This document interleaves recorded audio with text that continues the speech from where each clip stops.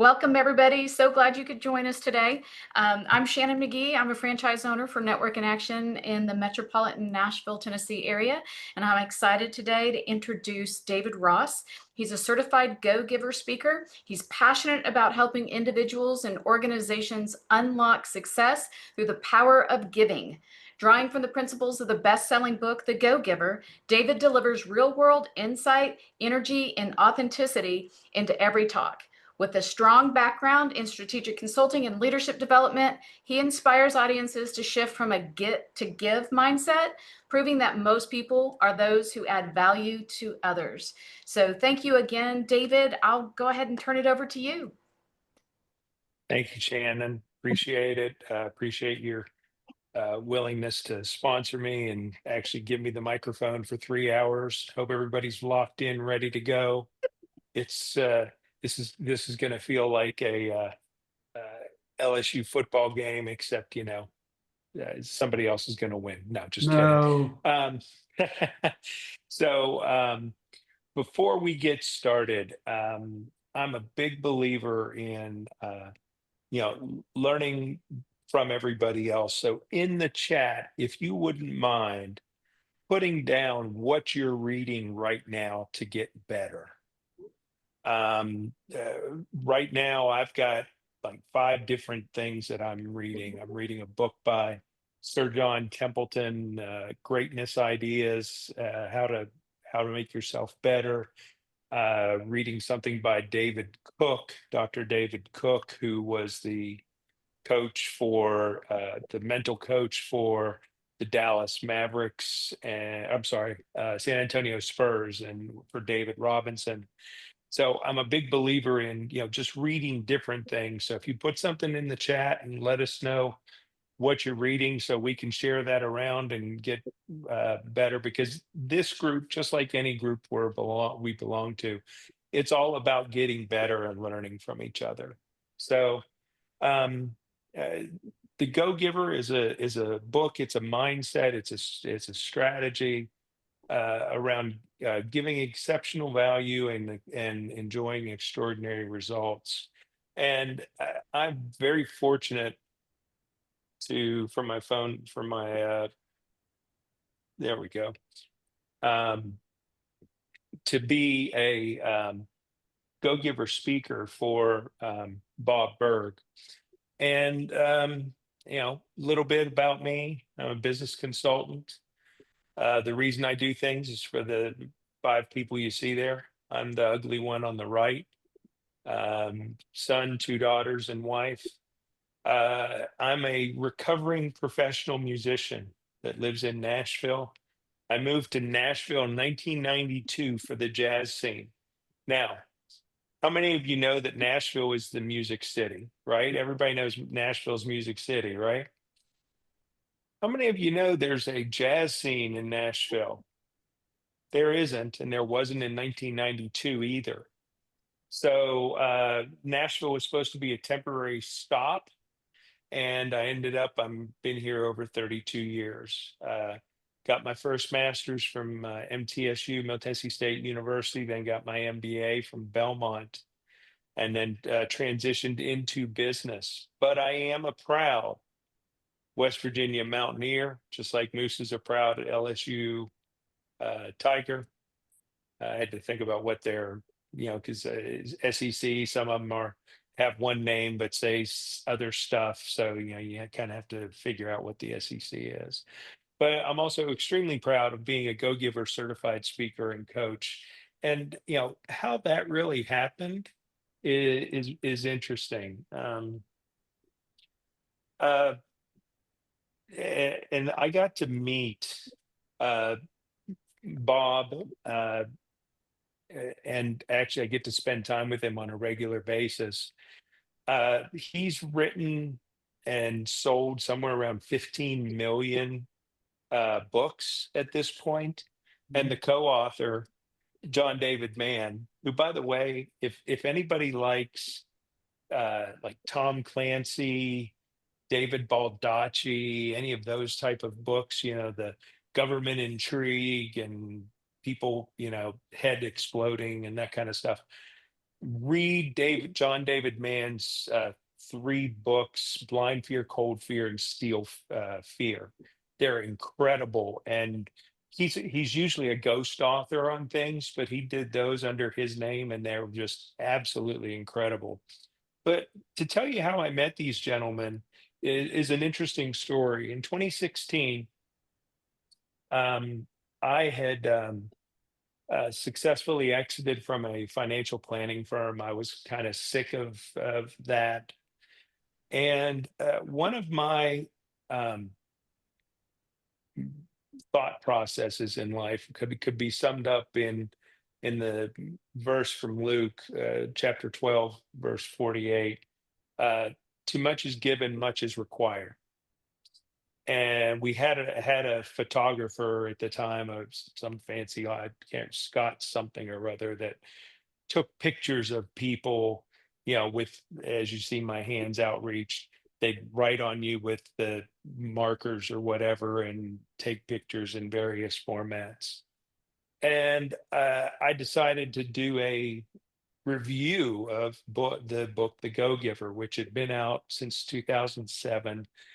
But when I read it in 2007, it was how I always had done business. I had always been about giving, helping people, and that was just my thought process. And this book, um, which is written in the fable format, which was very popular back then, raving fans as an example, or who moved my cheese, all those kind of things. It's very popular.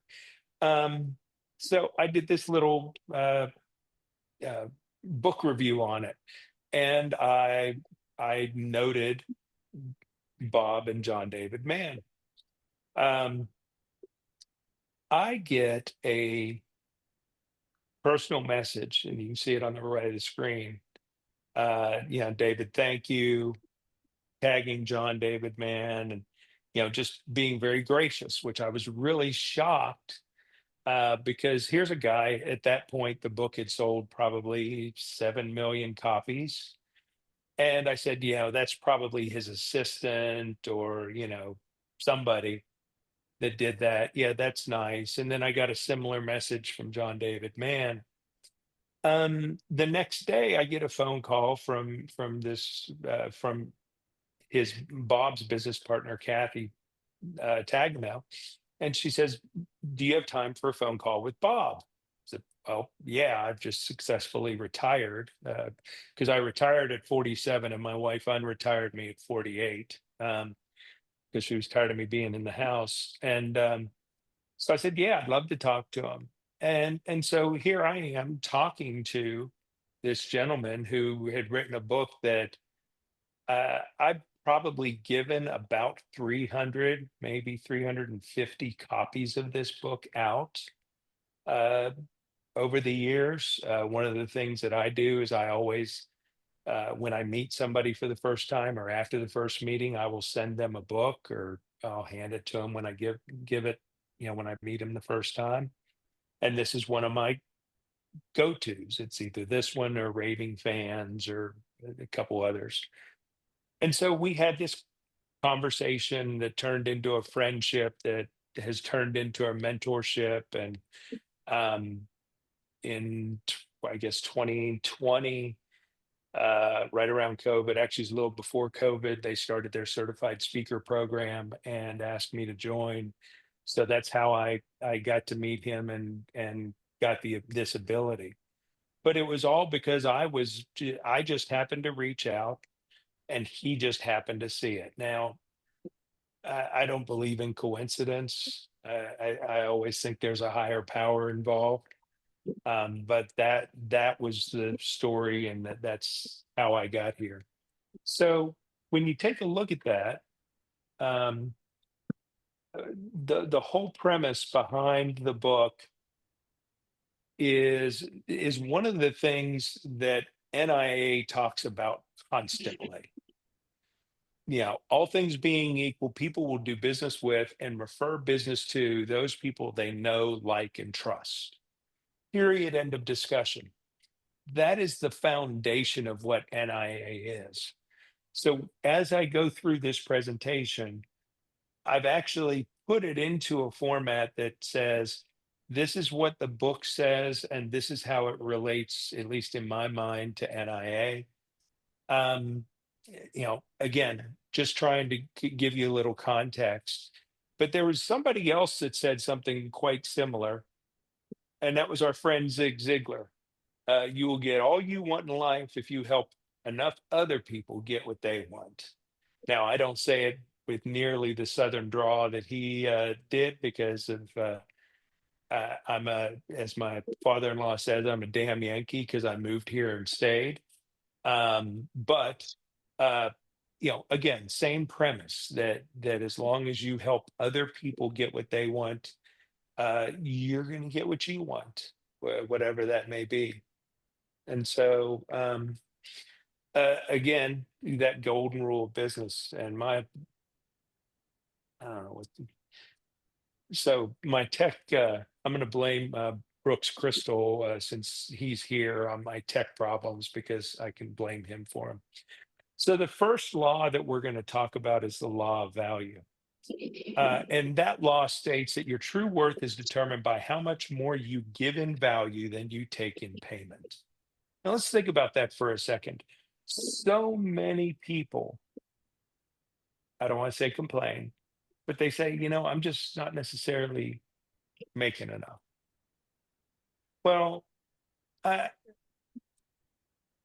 I think it's reversed because I think, and I'm going to pick on her for a minute because um, Shannon McGee gives, and I know a lot of the other um, NIA franchise owners give. And I don't know anything about her financial situation, but I'm pretty darn sure she gives a heck of a lot more than she makes as a franchise owner. The idea is that you're giving so much that at some point that wheel's going to come back around and help you, but that's not really the true value. That's not true the true thing that you should really measure your value. Money is an echo of value. It's the thunder to value's lightning. It's a byproduct. If you give value, if you truly care about Moose and whether his Tigers make it to the SEC championship, which will truly be the NCAA championship, but we won't get into that discussion either. But if you truly give, that's where the value is going to come from. And so, you know, and the other thing that I found in this whole thought process is the ultimate benefit of genuine listening is to honor the other person. And when you listen to that other person, you're going to hear what they need and how they need it. So the whole and taking this to the NIA side, as I have another tech issue, boy, it's going all kinds of places. Brooks, you're a problem. There we go. How many places, how many networking organizations have a guaranteed return on investment? I only know of one, that's NIA. And I will tell you personally, I blew it out by about, I've been a member 2 years and I've probably blown it out by about 20 times.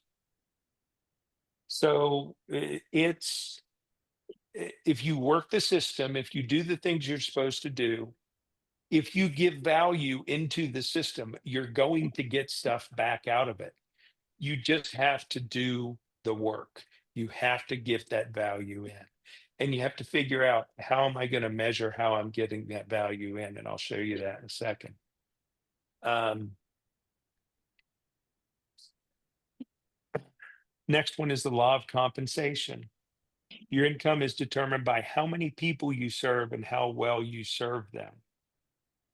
Now, the problem that people get into there is, let's say you're an attorney, and let's say, you're only limited by, and I know we have some great attorneys in the organization. Actually met with one yesterday, and you know, but she only has the ability to see so many people. We all only have the ability to see so many people. If we all work 40 hours a week, which, by the way, when's the last time any of us have actually only worked 40 hours a week? But if you work 40 hours a week, you have 52 weeks in a year, take 2 weeks off, you have 2,000 hours in a year to work. All of us have the same amount of time. What this is talking about is how you serve people and how those people that you serve are serving others. And that's really where the value multiplier starts and then continues.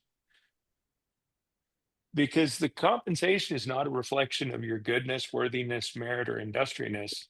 It's an echo of that impact. It's that drop that spreads and spreads until at some point you can finally say, "Oh, look, I did that."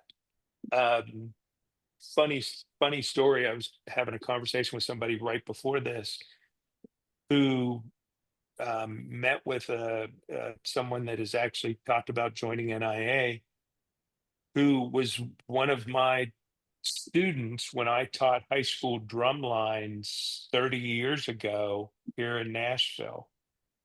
And, because of that relationship, he ended up following a similar career path. And Shannon knows the gentleman I'm talking about.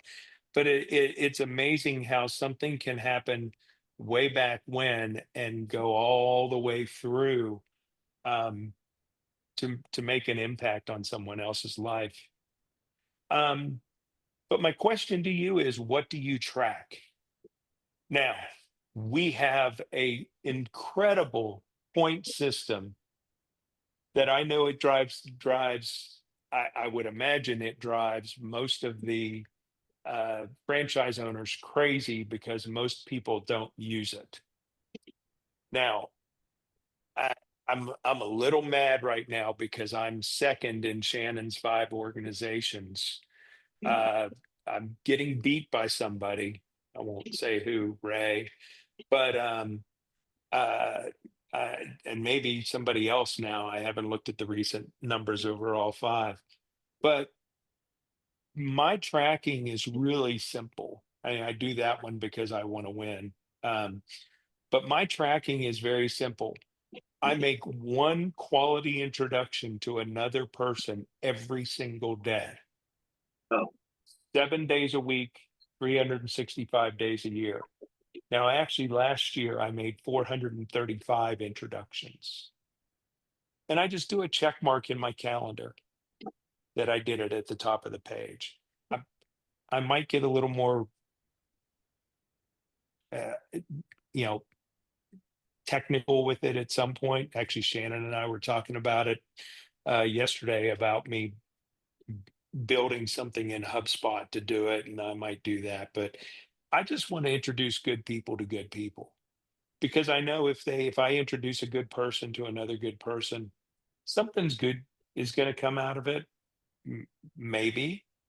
Now, I will tell you, if I also make an introduction and I kind of follow up with people and nobody's kind of reaching out, I also kind of put a tick in the back of my mind to remember that, if I make that introduction, I really kind of mean it, and I want people to make I would like people to honor that introduction by doing a follow up and at least having an initial conversation because I think that's important. But that's the only thing I track. Um, I don't track. I know a lot of people in the sales industry tracked. Okay, I gave this guy 3 referrals and he hasn't sent me anything yet. And I'm like, no, that's not how it works. Um, I've got a friend of mine. First of all, anybody know anything about 80s music? Raise your hand. Anybody? Everybody? Okay. So a good friend of mine lives here in Nashville. He's a drummer, and he puts just his whole thought process. And when he told me this, it just struck a chord. He said, I keep just putting good out into the world, and somehow, somewhere, somehow, it's going to come back to me. And so I'll tell you that his story. I'll abridge it, kind of abridge it. He was drumming around New York City. Yeah, he's a New Yorker. He's a Yankees fan. Don't hold that against him. And he was playing a gig, and he always made a point of talking to people. And there was this man, and he had a special needs child in a wheelchair. And the boy wanted to learn how to hold the drumsticks. And so this guy signed the drumsticks and handed it to the son and talked to him for a minute. Meanwhile, the roadies are like, "Come on, Sandy, let's go. We gotta get moving. We got to get on the bus and get to the next gig." Or they wanted to have a drink or whatever else they did. But he wasn't playing on a big group. He was like in the mid of the, not doing big stuff. And so, but he continued on. He spent about 15 minutes with the child and the father, and then went on his way. About 3 weeks later, he's back in New York in between gigs, and he gets a phone call, and it's this guy, this father. He said, You don't know who I am, um, but I met you, you know, the other day, and you were so nice to my son." And he said, "Yeah, how was that? And how is he?" And it's great. He said, "I'm a record producer, and we've got this up and coming artist, and she's weird, and she's got pink hair, and we've fired like 9 drummers because she doesn't like any of them. Would you mind coming to the studio and just trying out? Just see what you could, because nobody wants to play with her, and we think she might have something." So he gets to the studio, and she looks at him and she goes, "All I want to do is hear the sound of a clock. That's all I want on this song, is the sound of a clock." Well, for a drummer, that's called a cross stick. That is one of the most boring things you can do. No drummer in their right mind is just going to play a cross stick for 3 minutes and 38 seconds in a song because some singer with pink hair is asking for it.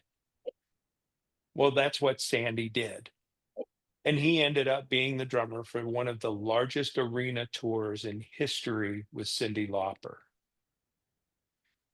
because he took the time, he threw good stuff out in the world, and it came back to him. So you just never know. You never know. And don't track what other people are giving to you, track what's going out. So, and here we go again. Brooks, you're jinxing my machine here. So the law of influence, your influence is determined by how abundantly by you place other people's interest first. And I'm really bad about this. Shannon, at the beginning of all our meetings, I think everybody runs off the same agenda, asks us all to say in 30 seconds, what do you need? How can we help you? Um, and I'm horrible about because and when I say I'm horrible, um, it all goes back to that: people know, like, and trust. And in order for people to do that, sorry, it's all about helping other people's from my perspective. So I am always listening. If you have a meeting with me, and this is real weird, I've said way more words than I'm used to having in a meeting, because I usually ask questions and try to get people to talk. I think I see Rachel's on the call, Rachel Smith, and we had a hour and a half together last week or so. And I mean, we had a great conversation, but you know, I like to ask questions and get people to tell me more about what they are. Uh, and that's I think that's how you help others because you figure out what they really need.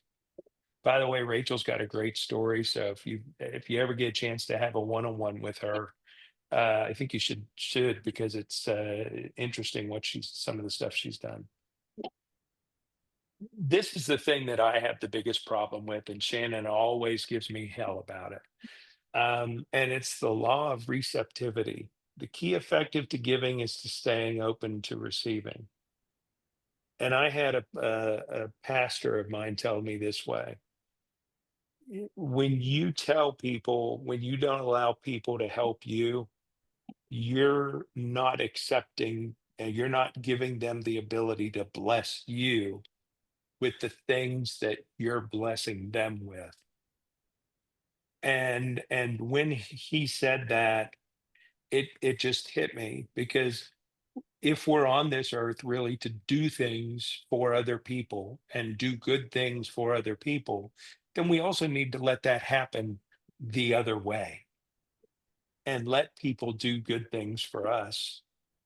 Um, so if you don't let you yourself receive, you're refusing the gifts of others and you shut down the flow. So back to my friend Sandy Gennaro, he would put good stuff out in the world. And he said, Dave, I'm putting good stuff out there. And at some point, it whips right back around and hits me in the head. And I don't know when it's going to hit, but when it does, it's a huge blessing. He started when he started doing his speaking stuff, and he is a now international speaker for Vistage. He goes all over the world speaking for Vistage chapters. Uh, it was just the same way. He just started doing these little things, and he gives drumsticks that have his name on them, and it's a blast. And hearing him talk, of course, again, he's a Yankee, so you know he sounds like he's from New York because he is. Um, but if you block it, you back it up, it doesn't the flow doesn't cycle and it loses its effectiveness. So be willing and be open to receive what other people are willing to help you with. And again, the value translation here is be willing to receive. That means that when Shannon introduces you to somebody, or I introduce Rachel to Brooks, or whatever, receive that and run with the ball. Receive it and do something with it. Not, okay, I'll do something with it later, put it in up, and now it's 75 things down in my inbox, and then it's 2 weeks later. And that happens. It happens to everybody. But as soon as you get that gift, say thank you and turn around and set up something. Even if it's, hey, I'm really swamped right now, but I'm putting a reminder for us to circle back around in 2 weeks. Is that okay? Because when you do that, you're doing two things. First of all, you're receiving the gift from me, which says, okay, so you value that I took the taken the time to do that introduction. And you've also told that other person that they're important and you really want to talk to them. You're just in a season right now where you're just a little bit backed up. And that's okay. Or set the time for later.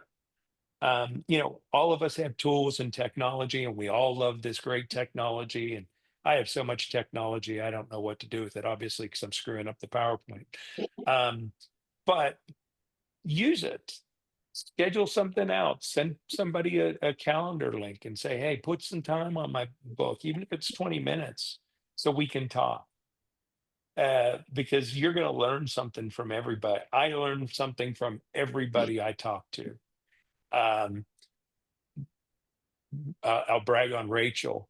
She shared with me that her van has solar panels on the top and is self-sufficient, and she can actually live in her van and be self-sufficient, has actually done so. It's amazing. It just looks like a normal van. It was, it's hilarious. I've told so many people about that. Sorry, Rachel, she's probably going to be like mad at me now, but it was just kind of cool because, again, hearing someone else's story. Anyway, she, like I said, she's probably going to be mad at me now. Um, Lastly, the law of authenticity. Well, actually, that's not the last one. It's the next last one. The most valuable gift you have to offer is yourself. Who are you? We know who Moose is. He loves LSU. God help him, but he does. You know, but and I said I'm a proud mountaineer. You know, that's great. And whether you identify with a college or but be yourself. And when you're yourself, people know and can tell and can make that connection. That's a critical skill. We're not in the software business or the law business or the exit strategy planning business or the marketing business or whatever. We're in the people business. We're all in the people business. So make that connection, be authentic, and you will, time and time again, get more value and give more value, and you'll have a great time. Be yourself. um I've had a real hard time with that as of late.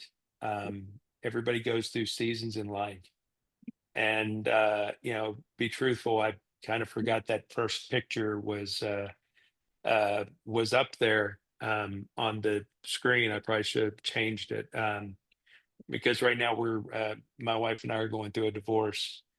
That picture was from my daughter's wedding, um, 4 years ago, and you know, it's painful. Uh, but I'm me. I'm still me. I'm gonna be even a better me eventually. But the better you know the person is human, the more you're gonna know, how they are. It's great, and I'm picking on people on the thing. Brooks, with one of his sayings for his company, used to be, I think he still uses it, is we speak human. We speak human. We talk to people. It's all about being in that human element, and that human element is being yourself. So, um, so again, this whole thing was all on the book, The Go Giver. I'm very thankful to have done this with you guys, for you guys. Um, you know, the more you give, the more you're ultimately going to have. Whether you read it from you know Zig Ziglar or Bob Berg and John David Mann, whether you read it from the Book of Proverbs or from wherever whatever you study and whatever you're doing to sharpen your sword, um, the more you focus on other people, uh, the more you're going to get better results.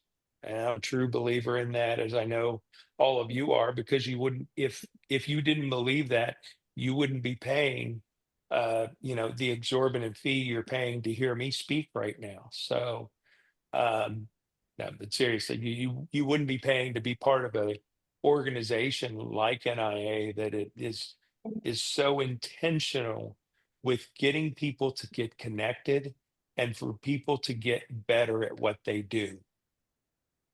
And I am very thankful that I get to learn from people. And like I've heard several people say, and like I say all the time, if I'm the smartest person in the room, I'm in the wrong room.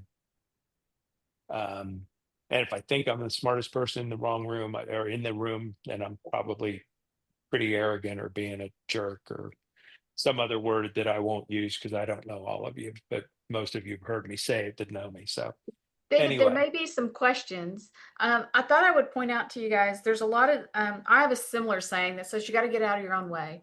We all go through these seasons. Like, I need leads, I need referrals, I need business. We all understand that. But what I'm really hearing you say, David, is that, like, where I say, get out of your own way and think of others first. And just some perspective for those on the call, across my 5 groups, David was the highest in points and went on the most one-to-ones.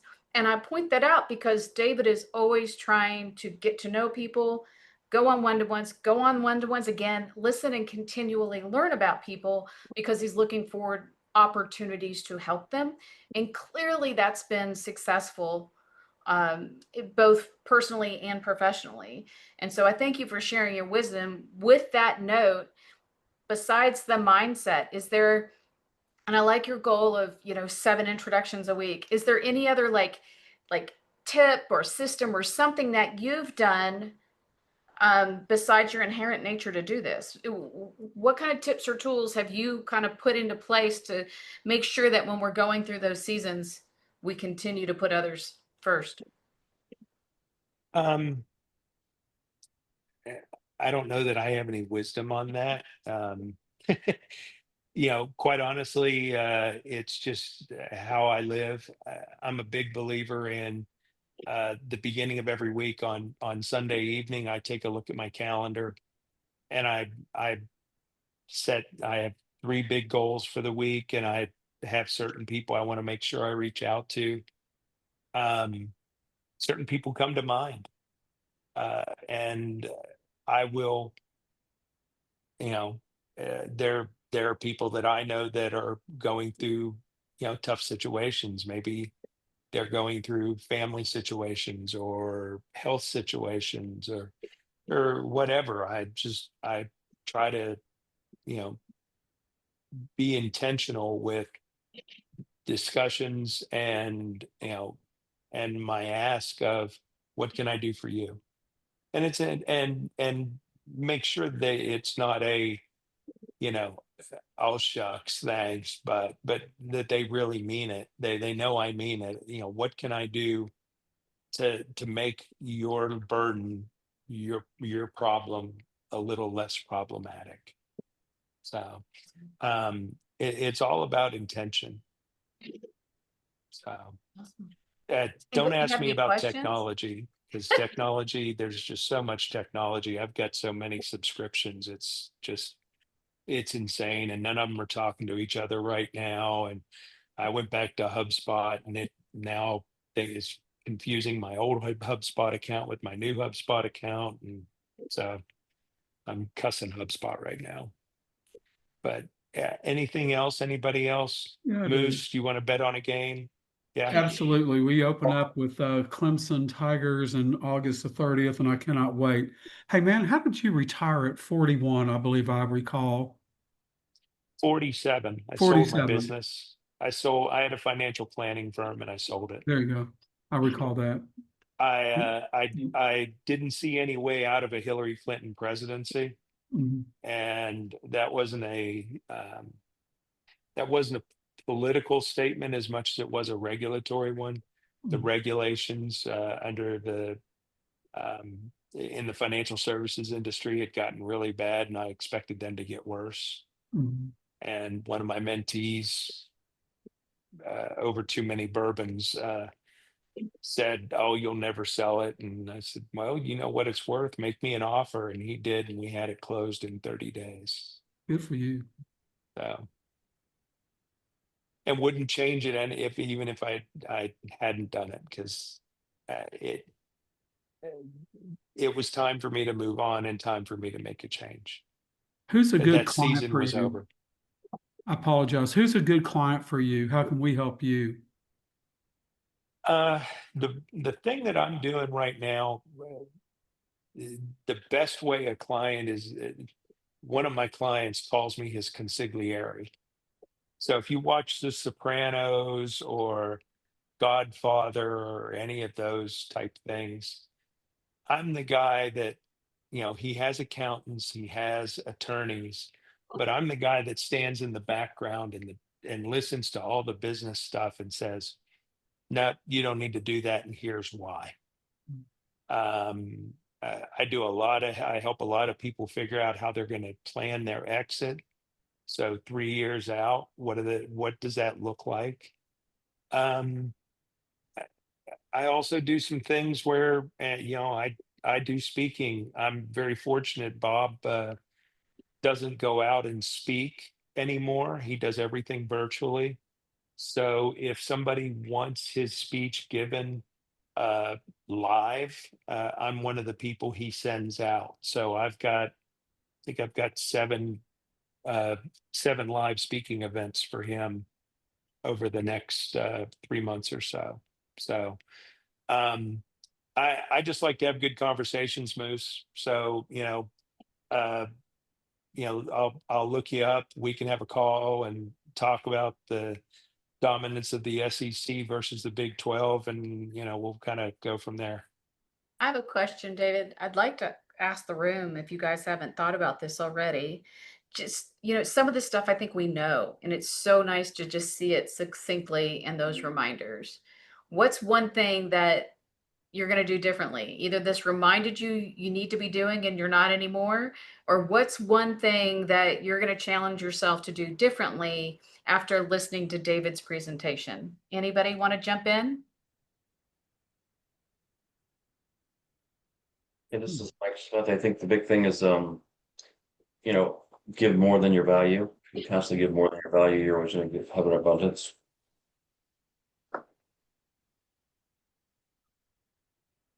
That the abundance thing, so many people have a scarcity mindset Mhm. instead of a prosperity mindset or an abundance Mhm. mindset.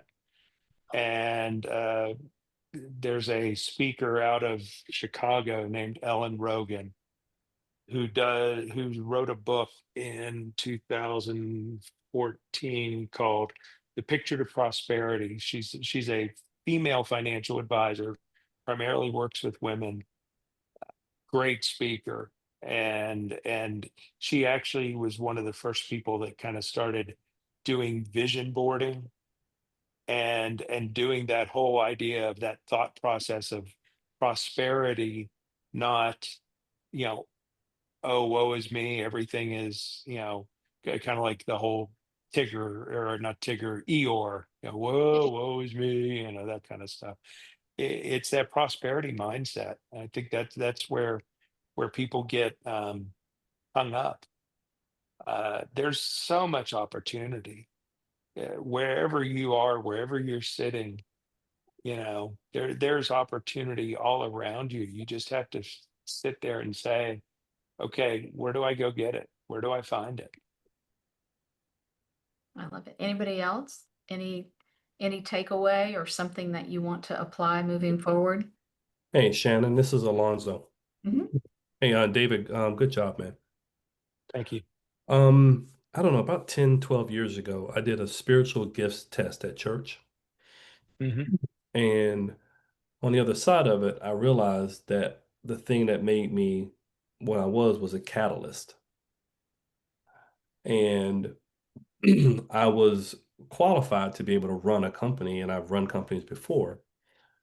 But the thing that gave me joy and the thing that made me sleep well at night was to know I did something that impacted somebody else's life.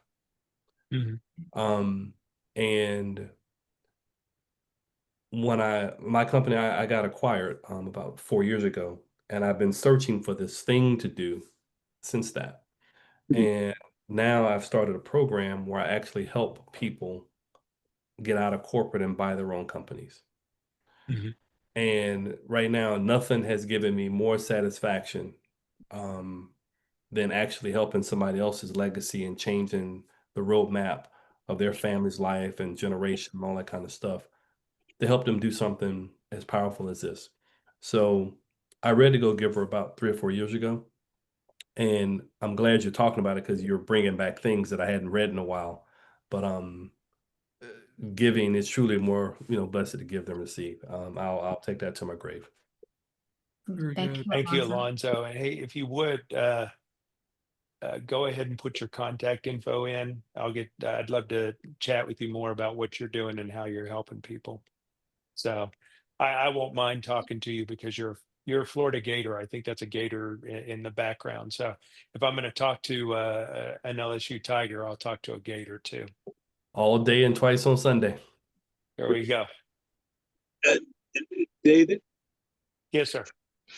I would just like to, I would feel personally remiss if I didn't mention the strength of which I felt your uh, transparency in terms of going through a divorce and that kind of thing.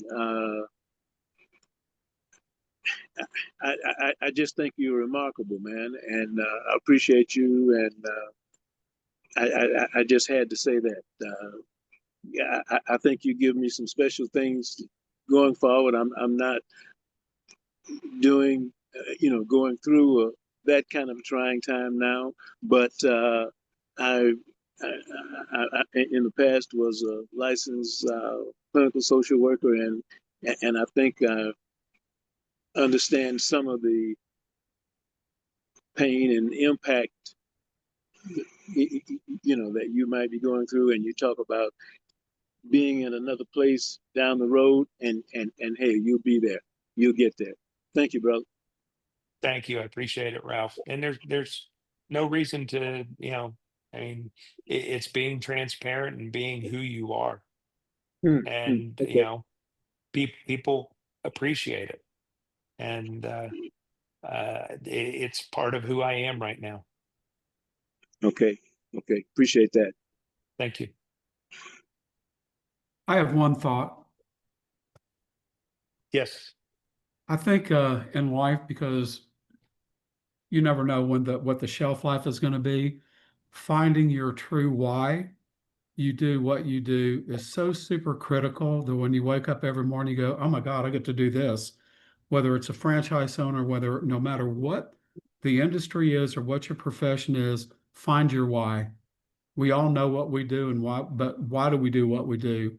And I really think that as a heart patient, I had a pretty severe heart attack in 22, and then I've had some heart issues over the past couple of years. And every day I wake up and I go, man, I'm lucky to be here. I left corporate America in 2003. I vowed that I'd never go back. And fortunately, fortunately, I haven't had to do that. But when I found Network in Action, or it found me in November of 2014, it was life changing because I get to do what I want to do, how I want to do it for everyone else. And then I get back in return more things in life than I can ever imagine, that I'm just really fortunate. So thank God I'm a wreck. We're all glad to have you, Moose. Thank you. Dr. Dana put in the comments, thank you, David. I'm a giver. However, I will be more intentional across all sectors, not just in my spiritual life. I think sometimes if you want to talk about spiritual and business, I think sometimes people do focus so much and they forget the fact that if you give to others, like even in business, it may give you an opportunity to talk more on the spiritual side, right? Because you're giving selflessly to help others and you're adding value without needing anything in that conversation in return. So that was really good. And Rachel put, I didn't know the go-giver was where know, like, trust came from.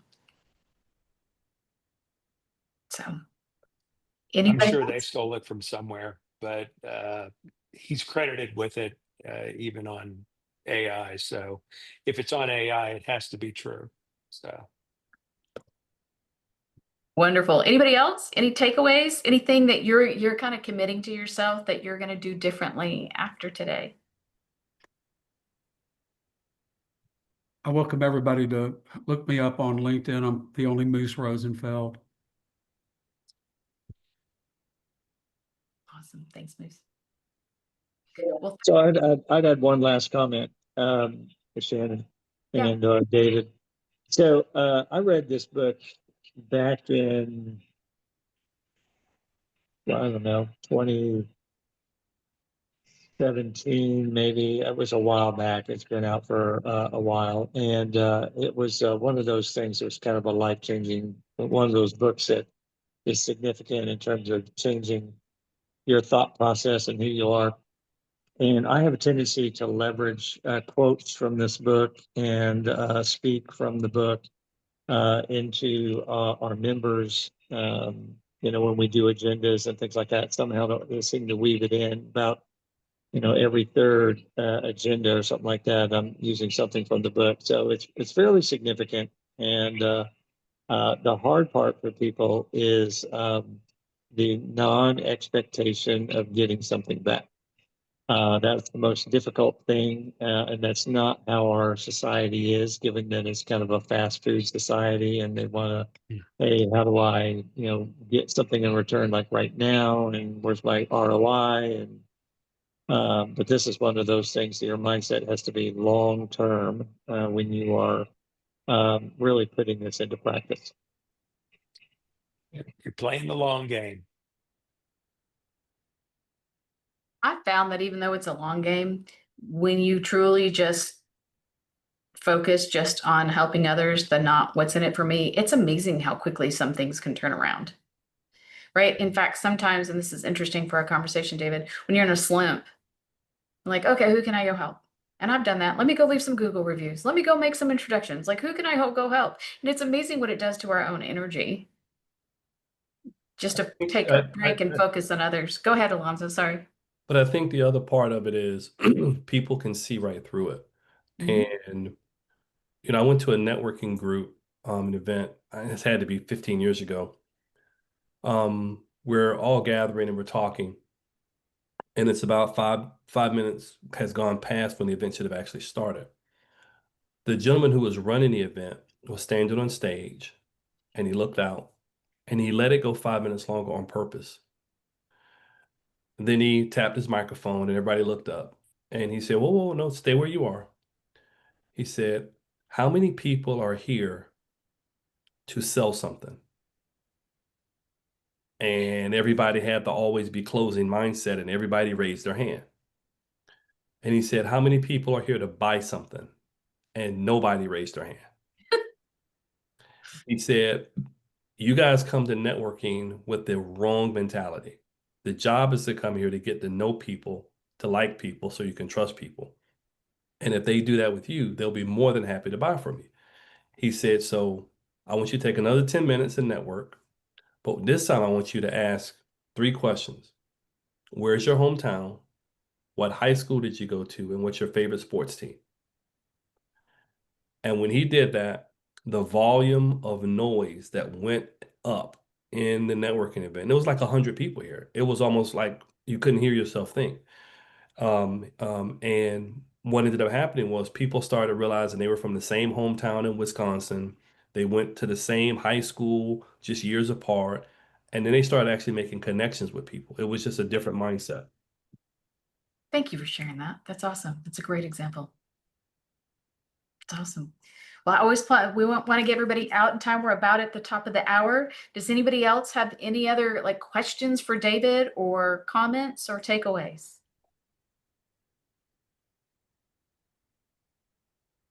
Well, thank you everybody for joining us today. I appreciate it. And thank you very much, David. I enjoyed it. I enjoy the reminders.